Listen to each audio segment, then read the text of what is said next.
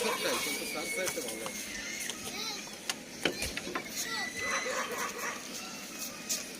ওটাও দেন, ওটাই মাইক্রোফোন দুটো দিয়ে দেন,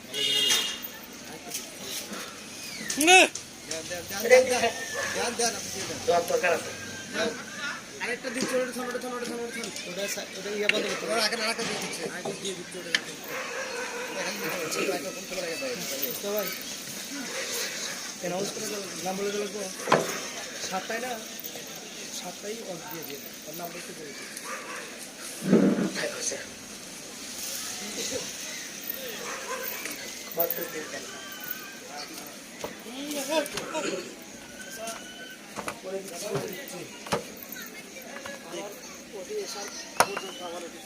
আরে ওটি খালি মাইক্রোফোনটা খালি ওটি সেটিং করতে হবে, এসআরই থাক। তারপরে কি এশার নামাজ পড়ি আর আমাদের না না না ওটা কি না না ওনারে বলতে কি সালাম করে সালাম বাস মুখ থেকে কথা বলি ঠিক আছে ওই মাইক্রোফোনটা নিয়ে এসো।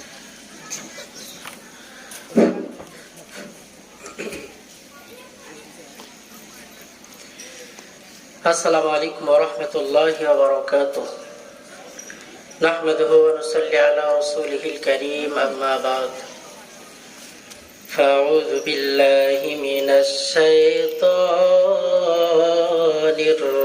الرجيم بسم الله الرحمن الرحيم كل نفس ذائقة الموت ثم إلينا ترجعون وقال النبي صلى الله عليه وسلم الدنيا مزرعة الآخرة أو كما قال النبي عليه الصلاة والسلام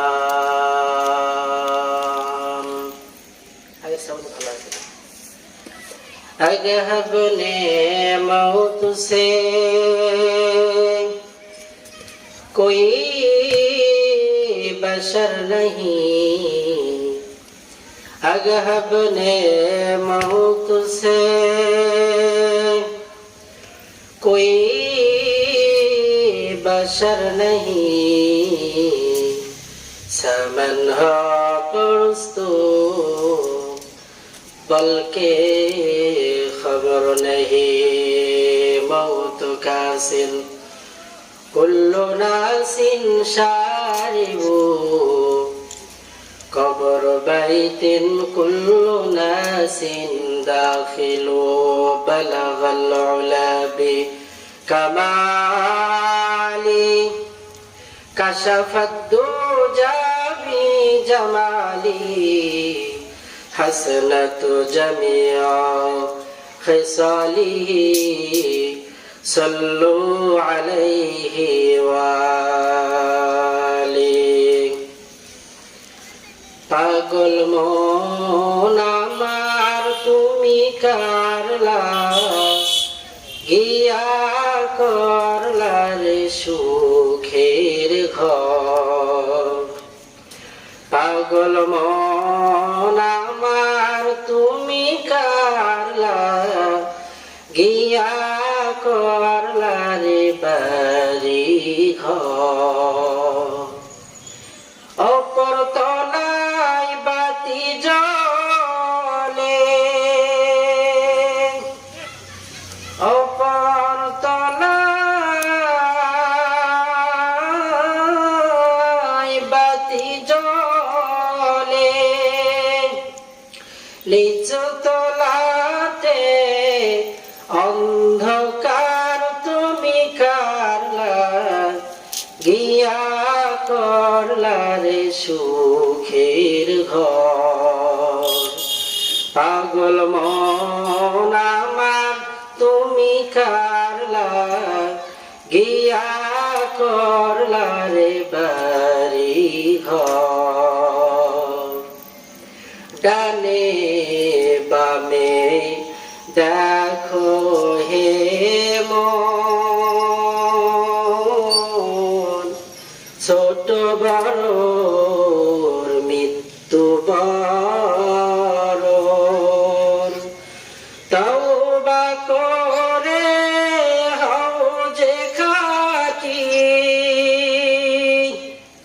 তওবা করে হও যে খাঁটি দরবারে আল্লাহ তাআলার তুমি কারলা গিয়া করলা রে সুখের ঘর পাগল মন আমার তুমি কারলা গিয়া করলা রে সুখের ঘর ওপর তলায় বাতি জ্বলে ওপর তলায় বাতি জ্বলে নিচু তলাতে অন্ধকার তুমি কারলা গিয়া করলা রে সুখের ঘর পাগল মন আমার তুমি কারলা গিয়া করলা রে বাড়ি ঘর। আলহামদুলিল্লাহ, আজকের এই বিশাল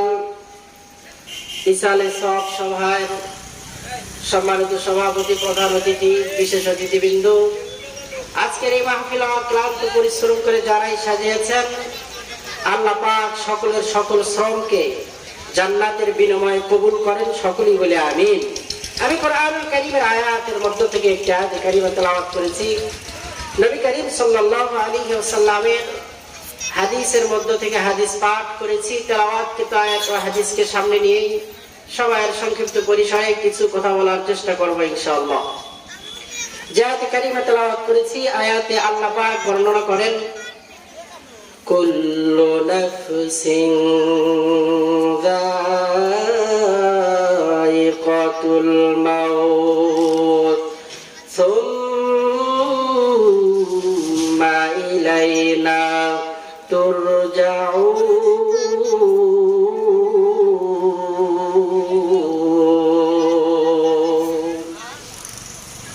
আল্লাহ রাব্বুল আলামিন মহাগ্রন্থ পবিত্র কোরআনুল কারীমের মধ্যে বর্ণনা করেন, কুল্লু নাফসিন যায়িকাতুল মাউত, প্রত্যেক নফসকে, প্রত্যেক জানদার প্রাণীকেই মৃত্যুর স্বাদ সাধন করতে হবে।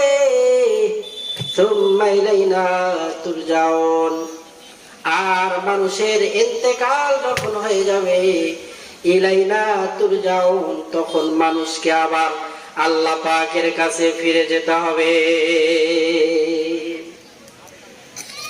আমার ভাইরা, দুনিয়াতে আমরা বেঁচে আছি, এটা অনিশ্চিত, মৃত্যুবরণ করতে হবে, এটাই হলো সুনিশ্চিত।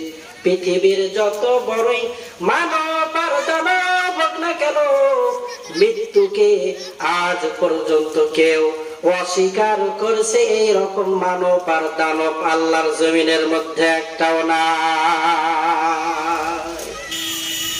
আল্লাহ তাআলা দুনিয়াতে মানুষদেরকে পাঠান তার ইবাদত, তার গোলামি করার জন্য।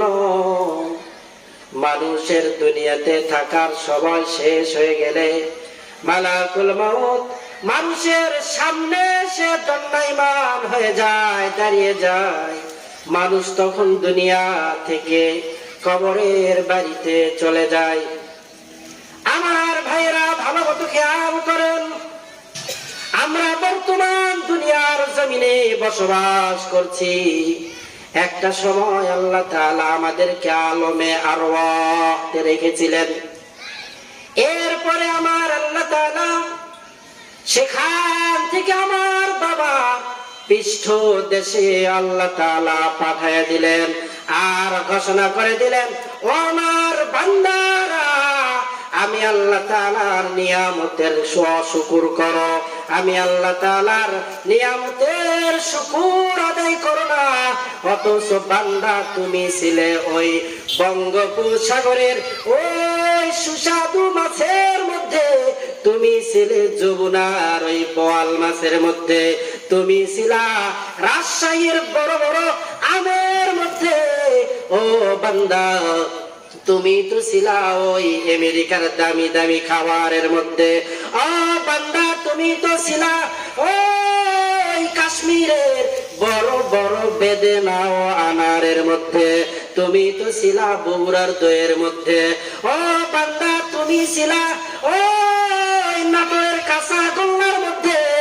ও বান্দা, তুমি ছিলা এইরকম ভাবে ওই দামি দামি খাবারের মধ্যে। বান্দা, তুমি তো ছিলা ওই চমচমের মধ্যে। আমি আল্লাহ তাআলা তোমার বাবাকে সব নিয়ামত গুলো খাওয়াইয়া আমি রব তোমার বাবার পৃষ্ঠ দেশে দিলাম। সেখান থেকে তোমার বাবার মায়ের মিলনের মাধ্যমে আমি আল্লাহ তাআলা তোমার মায়ের গর্ভে তোমাকে পাঠালাম। ও বান্দা, তুমি কি জানো 10 মাস 10 দিন আমি রব তোমাকে তোমার মায়ের গর্ভে খাওয়াইছি। ও বান্দা, তোমার মায়ের গর্ভ থেকে তুমি দুনিয়ার জমিনে আসতো। এই দুনিয়ার জমিন থেকে একদিন তোমাকে আমাকে বিদায় নিতে হবে। মালাকুল মউত সামনে এসে দাঁড়িয়ে যাবে, সবার সব ব্যস্ততা ওই সময় শেষ হয়ে যাবে। আমার আপনার ভেতর থেকে জানটা নিয়ে মালাকুল মউত উড়াল দিবে। এরপরে কবরের বাড়ির দিকে আমি আপনি চলে যাইতে থাকবো। আবার এই কবরের বাড়িতে থাকার সময় শেষ হয়ে গেলে আল্লাহ রাব্বুল আলামিন আমাদেরকে এই কবরের বাড়ি থেকে আবার ওই হাসরের ময়দানে উঠাবে। আবার আপনার ইন্তেকাল হবে, মৃত্যু হবে। সঙ্গে সঙ্গে আমার আপনার কাছের মানুষগুলো ওই মাটির কবরের ভিতরে রেখে আসবে। কথা বলেন ঠিক কিনা? একদিন মাটির ভিতরে হবে ঘরে মন আমার, কেন বাঁধো দালান ঘর, এ মন আমার কেন বাঁধো দালান ঘর। পানো পাখি উড়ে যাবে পিঞ্জর ছেড়ে, ধরা তুমি সবই রবে, তুমি যাবে চলে। সব করে রবে দুনিয়ায়, কিন্তু আমি আপনার দুনিয়াতে থাকবো না। দুনিয়ার থেকে বিদায় নিয়ে একদিন আমাকে আপনাকে চলে যেতে হবে। আমার ভাইরা, মানুষগুলো যখন ইন্তেকালের পরে কবরে থাকবে, আল্লাহ তাআলা ইসরাফিল আলাইহিস সালামের 2টা সিংহার ফুৎকারের মাধ্যমে ইসরাফিল আলাইহিস সালাম তার সিংহায় ফুৎকার দিবে। সঙ্গে সঙ্গে মানুষগুলো কবর থেকে উঠে ওই কিয়ামতের ময়দানের দিকে দৌড়াইতে থাকবে। আমার ভাইরা, কিয়ামতের মাঠ বড় ভয়ঙ্কর। আল্লাহ রাব্বুল আলামিন কাহারিয়াতের রূপ ধারণ করে কিয়ামতের ময়দানে বিচারের সিংহাসনের মধ্যে বসে যাবে।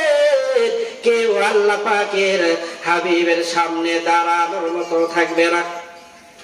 কিয়ামতের ময়দানে আল্লাহ তাআলা ডাক দিয়ে বললেন, আল কারিয়া মাল কারিয়া ওয়া মা আদরাকা মাল কারিয়া। আবার আল্লাহ তাআলা বললেন, ইযা সুলজিলাতিল আরদু জিলজালাহা, এমন একটা জালজালা পয়দা হবে। আল্লাহ তাআলা ডাক দিয়ে বলেন, ইয়া আইয়ুহান নাস اتقوا ربكم إن زلزلة الساعة شيء عظيم ও মানুষ اتقوا ربكم আমি আল্লাহ তাআলাকে ভয় করো ইন্না জালজালাতাস সাআতি শাইউন আযীম আর মনে রাখো কিয়ামতের কম্পন এটা বড় আযীম একটা কম্পন ওই কিয়ামতের ময়দানে আল্লাহ রাব্বুল আলামিন বিচার করার পরে মানুষের স্থান হয়ে যাবে দুই দিকে হয়তো জান্নাতে হবে না হয় মানুষগুলো জাহান্নামে হবে আপনারা কার কোন দলে থাকতে চান জান্নাতে থাকতে চাই জাহান্নামে যাইতে চাই না যদি আমরা জান্নাতে যাইতে চাই তাহলে আমাদেরকে প্রত্যেক মাগরিবের নামাজের পরে আর ফরজ নামাজের পরে ফজরের নামাজের পরে দৈনন্দিন একটি আমল আছে করতে হবে আল্লাহর হাবিব বলেন আল্লাহুম্মা আজিরনি মিনান নার কোন ব্যক্তি যদি মাগরিবের নামাজের পরে 7 বার এই দোয়াটা পড়ে তাহলে আল্লাহ তাআলা তাকে কবরের আযাব থেকে পরিত্রাণ দান করবে সুবহানাল্লাহ বলে আমার ভাইরা আল্লাহ রাব্বুল আলামিন ওই কিয়ামতের ময়দানে ইনসাফের বিচার করবেন এক চুল পরিমাণ নড়চড় হবে না আল্লাহর হাবিব বর্ণনা করেন যে ব্যক্তি মাগরিবের নামাজের পরে আল্লাহুম্মা ইন্না নাসআলুকা রিদাকা ওয়াল জান্নাতাল ফিরদাউস এই দোয়াটি পাঠ করবে আল্লাহ রাব্বুল আলামিন ওই ব্যক্তিকে মৃত্যুবরণ করার সঙ্গে সঙ্গে জান্নাতের মেহমান বানিয়ে দিবে সুবহানাল্লাহ বলে আমার ভাইরা দুনিয়াতে থাকার সময় যখন শেষ হয়ে যাবে মালাকুল মউত সামনে এসে দাঁড়িয়ে যাবে এক মুহূর্তের ব্যবধানে আমার আপনার সব পরিচয় হারিয়ে যাবে এক মুহূর্তের ব্যবধানে আমার আপনার সব পরিচয় শেষ কে ডাক্তার আপনি ডাক্তার হন ইঞ্জিনিয়ার হন প্রফেসর হন আর এমপি মন্ত্রী সরকার জনগণ বীর মুরিদ ইমাম হন খতিব হন আপনার সব পরিচয় শেষ কারণ মালাকুল মউত আমার আপনার সামনে এসে দাঁড়িয়ে গিয়েছে কিছুক্ষণ পরে আমার ইন্তেকাল হয়ে যাবে আমার জানটা নিয়ে মালাকুল মউত উড়াল দিবে কখন কার মরণ আসবে কার জানা আছে আমাদের কার জানা নাই যে কখন কার মরণ আসবে আসবে মরণ কখন কোথায় কারো জানা নাই আসবে মরণ কখন কোথায় কারো জানা নাই জানাজার নামাজের আগে নামাজ পড়ো ভাই তোমার জানাজার নামাজের আগে নামাজ পড়ো ভাই আমার আপনার জানাজার নামাজ দাঁড়িয়ে যাবে আজকের অবস্থাটা এতটাই ভিন্ন যে এতদিন আপনি ইমাম সাহেবের পিছনে নামাজ আদায় করতেন ইমামের পিছনের লোক ছিলেন আজকে আমার আপনার অবস্থাটা এতই করুণ আজকে আমার আপনার অবস্থাটা এতটাই জটিল কঠিন যে আজকে আপনি ইমাম সাহেবের সামনে ইমাম সাহেবের সম্মুখে ওই খাটিয়ার মধ্যে শোয়া ওই সময় আমার আপনার জন্য সফল কাম হবে যদি আমি আপনি দুনিয়াতে বেঁচে থাকতে ইমাম সাহেবের পিছনের কাতারের লোক হই আর যদি ইমামের পিছনের কাতারের লোক না হই তাহলে ইমামের সামনে যখন যাবেন তাহলে আপনার জিন্দেগিটা বুঝতে হবে আপনার এই যাত্রাটা অবশ্যই শুভ নয় অশুভ কারণ আপনি দুনিয়াতে ইমামের পিছনের লোক ছিলেন না আপনি নামাজি ছিলেন না নামাজের আজান হয়ে যায় আজকে আমাদের কানের মধ্যে নামাজের আজানের আওয়াজ ঢোকে কিন্তু আমাদের কানে আজানের আওয়াজ ঢোকার পরে আমরা মসজিদ মুখী হই না জোহরের নামাজের আজান আমার আপনার কানে ঢোকে আসরের আজান ঢোকে মাগরিবের আজান ঢোকে এশারের আজান ঢোকে কিন্তু আমি আপনি নিজেকে মসজিদ মুখী করতে পারি না কথা বলেন ঠিক কিনা নামাজ আদায় করতে হবে। আল্লাহ পাকের হাবিব উম্মতের জন্য কান্না করেছে আর বলেছে, উম্মত নামাজ আদায় করো, নামাজ আদায় করো, নামাজ। আল্লাহ পাকের হাবিবের শেষ কথা ছিল আসসালাত, আসসালাত। উম্মত নামাজ আদায় করো। এজন্য বলি, আযান শুনে থাকো যারা বিছানায়, তাদের জন্য কান্দেন নবী মদিনায়, তাদের জন্য কান্দেন নবী মদিনায়।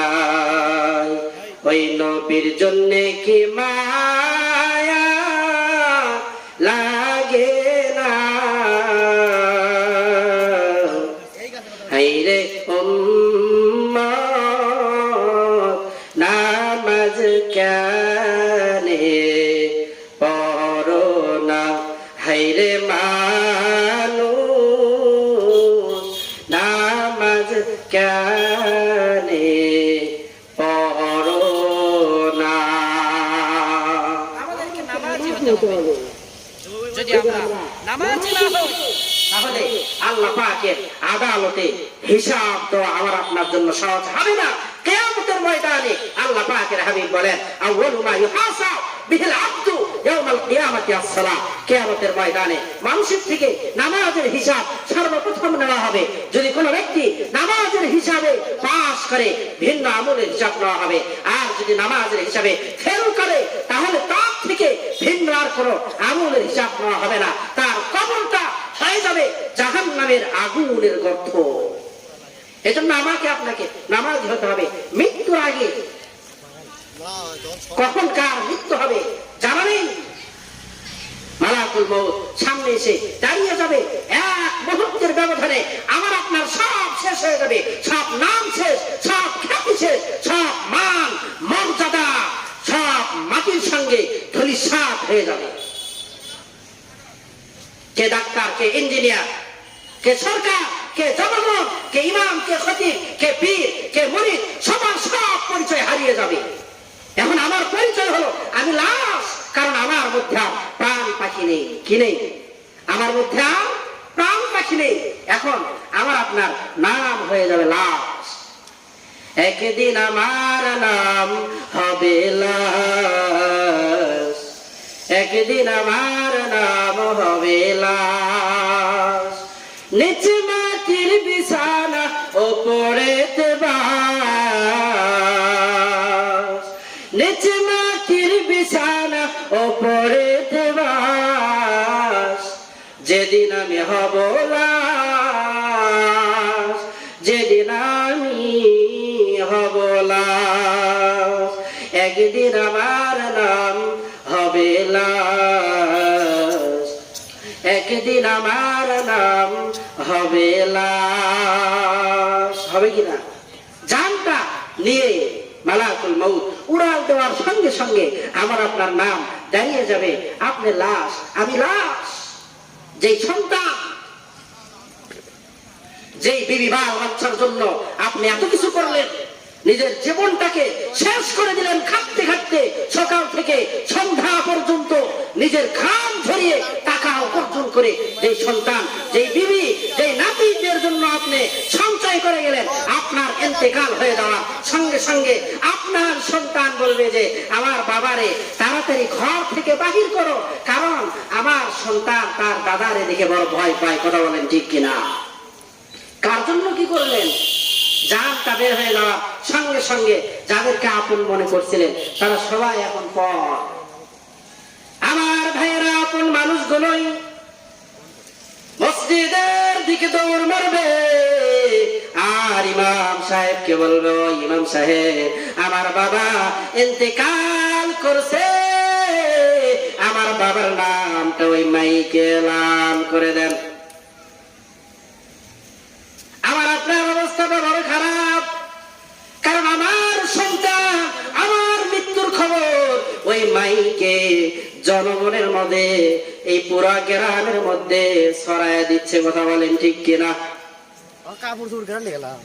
একদিন তোমারি নাম মসজিদে হবে এলান, একদিন তোমারি নাম মসজিদে হবে এলান। তৈরি থেকো, তৈরি রেখো কবরের মাল সামান, একদিন তোমারি নাম মসজিদে হবে এলান। কথা বলেন ঠিক কিনা? আমার ভাইরা, আমার আপনার নাম ওই মসজিদের মাইকে এলান হয়ে যাবে। কাছের মানুষগুলো আমার আপনার জন্য কবর করতে যাবে।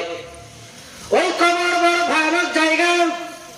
আম্মা জান খাদিজা রাসূল করিম সাল্লাল্লাহু আলাইহি ওয়াসাল্লামের হাতটারে শক্ত করে ধরে ডাক দিয়ে বলে, ওগো প্রাণের স্বামী আমার, ওগো রাহমাতুল লিল আলামিন, আপনি আমাকে ওয়াদা দেন, আমার ইন্তেকাল হয়ে যাওয়ার পরে আপনার ওই পরনের জুব্বা দ্বারা আমি খাদিজারে দাফন দিবেন, আমি খাদিজারে কাফনের কাফন পরাবেন, আমার জন্য নতুন কোন কাফনের কাফন ক্রয় করবেন না গো নবী। আল্লাহর হাবিব বললেন, কেন কেন?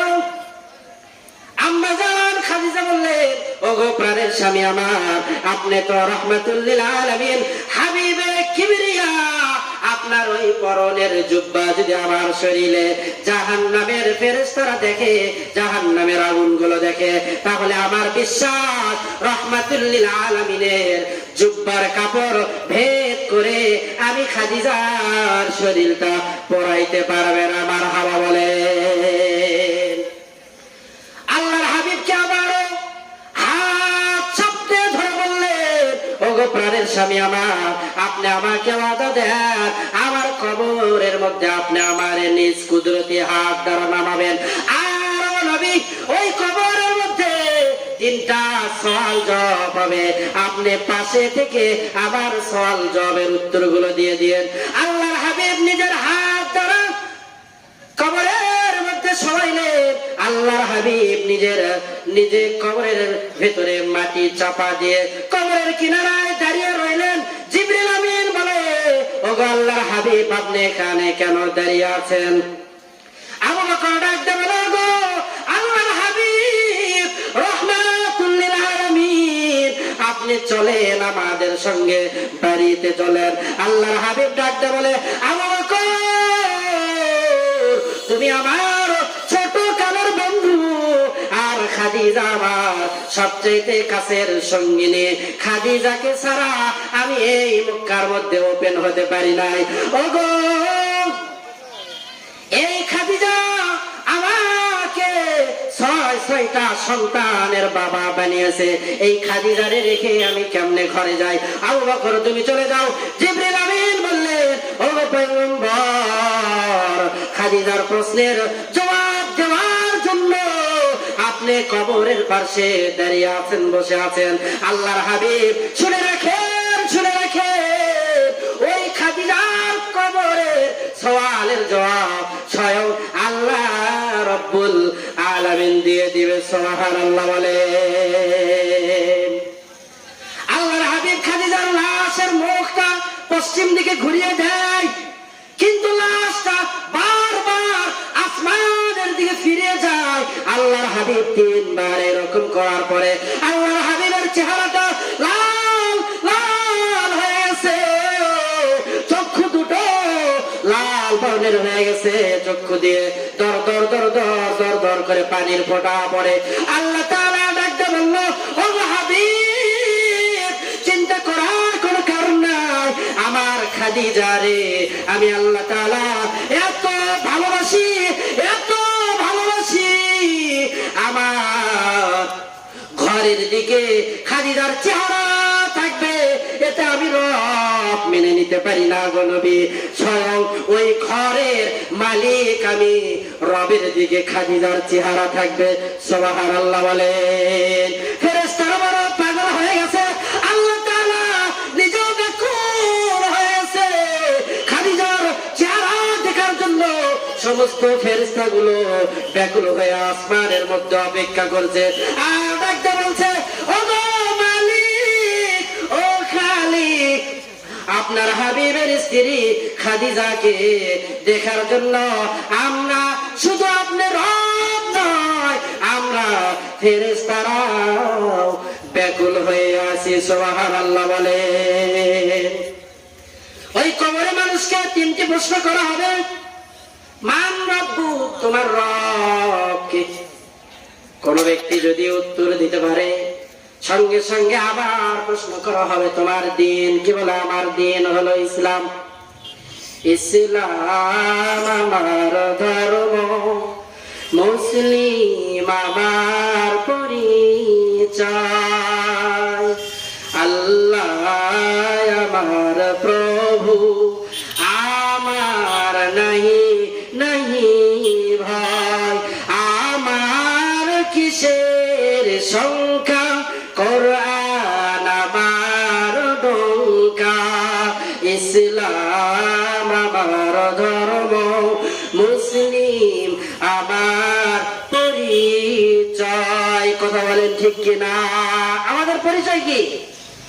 আমাদের পরিচয় হলো আমরা মুসলিম, আমাদের পরিচয় হলো আমরা মুমিন, আমাদের পরিচয় হলো আমরা বিশ্ব নবীর সর্বশ্রেষ্ঠ নবীর সর্বশ্রেষ্ঠ উম্মত। কথা বলেন ঠিক কিনা? এরপরে আমাদের পরিচয় আমরা বাঙালি। কথা বলেন ঠিক কিনা?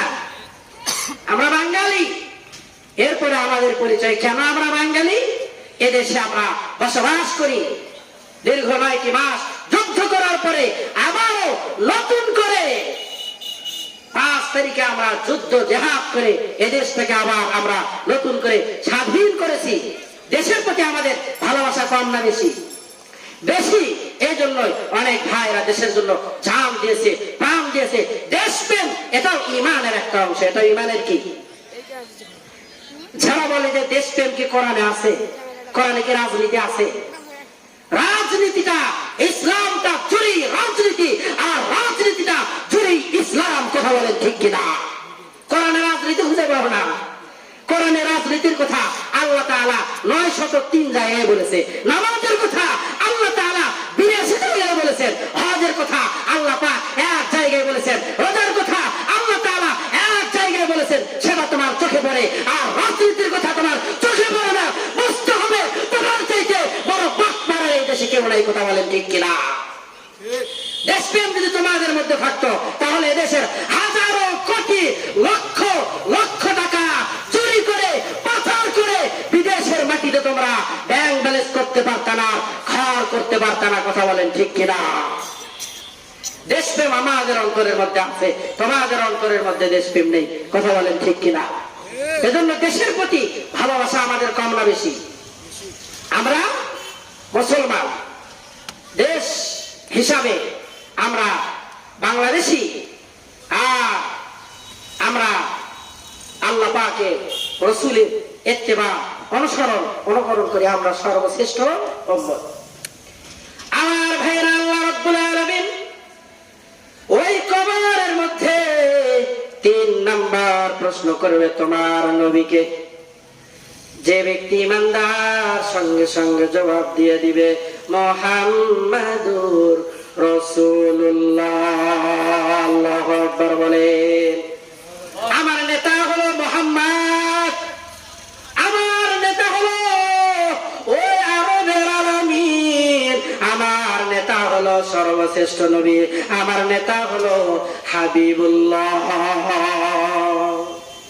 আমার নেতার চরিত্রের চাইতে ভালো চরিত্র আর কার আসেনি?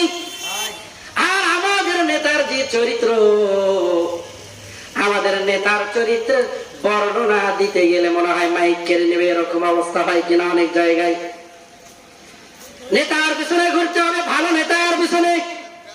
আল্লাহ তাআলা কিয়ামতের ময়দানে ময়দানে নেতা সহ অনুসারীদেরকে উঠাবেন আর বলবে তোমার নেতা যে পথে তুমিও যাও সেই পথে। এজন্য আসুন সর্বশ্রেষ্ঠ নেতার পিছনে আমরা ঘুরি। ইসলাম কায়েম করার জন্য আমাদের ভিতরে ঈমানের বল থাকতে হবে, ঈমানের বলে বলিয়ান হয়ে ময়দানে ঝাঁপিয়ে পড়তে হবে।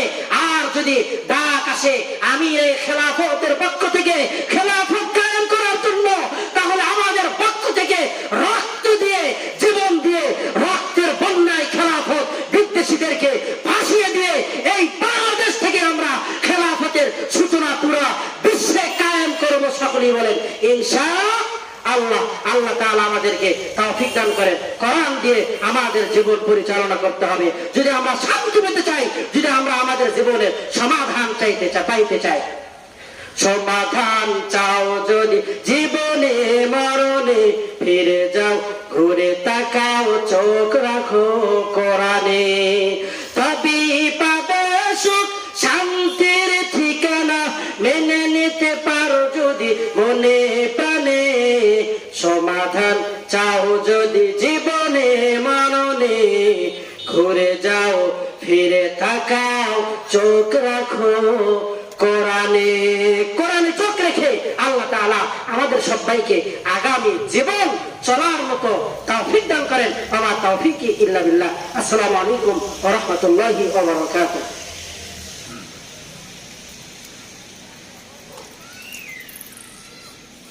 ভাই এটাতে লাইন দিও।